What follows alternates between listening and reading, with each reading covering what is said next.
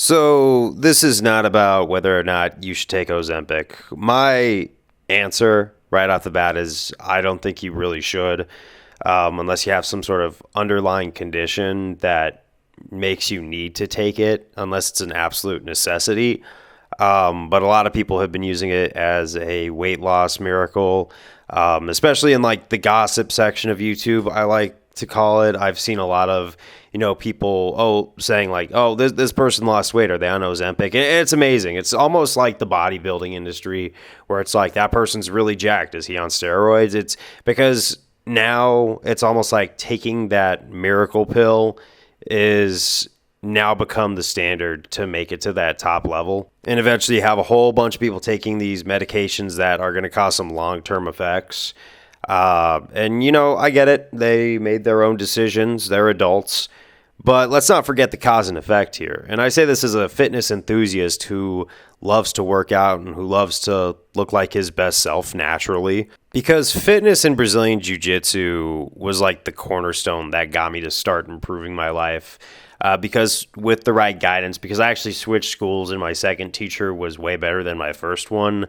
It's all about a positive learning environment that could help someone grow or become a better person. Because my second school really helped me come into my own, and I met a lot of people, made a lot of friends who made me want to be a better version of myself.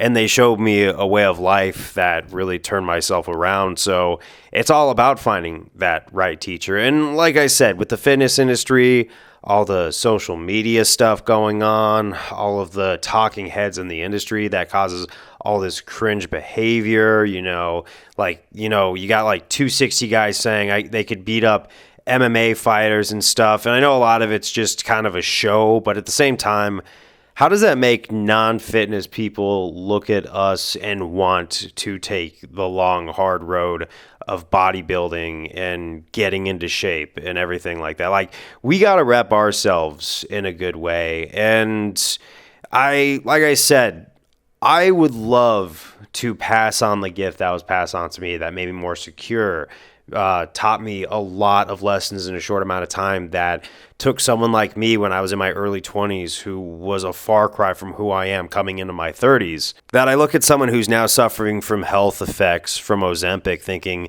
if they had a positive influence in their life, right, they probably would have gone down a completely different path and might have taken the longer, more gratifying route to where now they're healthier. They have stronger bones instead of weaker bones. Because like social media and all that stuff, it's even more heartbreaking to me when you see that this person is being told, well, it's all your fault and you had a choice.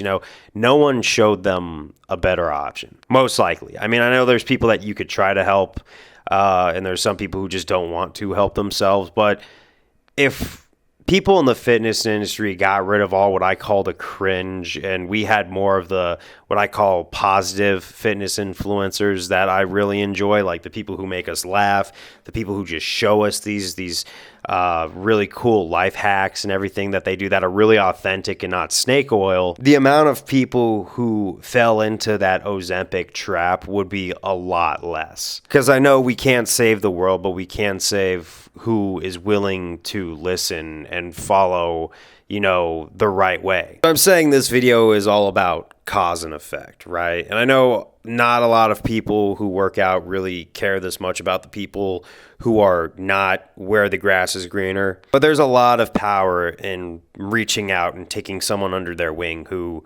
really does need it and who really is looking for that guidance and wants that healthy student-teacher relationship. And I think this video is a good way to start by being part of the change I would like to see, because fitness should be about improving. It should be about authenticity, not performance enhancers and just cringy internet behavior that we've seen all over the place. But thank you for sticking around and allowing me to call out my camp. And it's like, we can't get too mad at the people who took that stuff and who are having negative health effects when we weren't giving them the right path that we so preach about and pat ourselves on the back about following, because I am all about doing it the right way, but we have to show them the right way, if we want more people to do it the right way. You know what I'm talking about?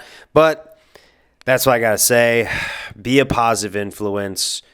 Authentically show someone how to do it right. Authentically be willing to educate people. Because who knows, you might actually start a really good business model if you do. I'm not saying you have to do it for free, but you know what I'm saying. But I'm going to go tag out. I just wanted to put my 2 cents in because I was thinking for 2 days how I was going to talk about this subject because I saw a lot of Ozempic content on my thing and it just flooded my mind of thoughts. But I was like, these have all been said before. So I wanted to say something that hasn't been added to this conversation. But you know what? Try to be a positive influence out there.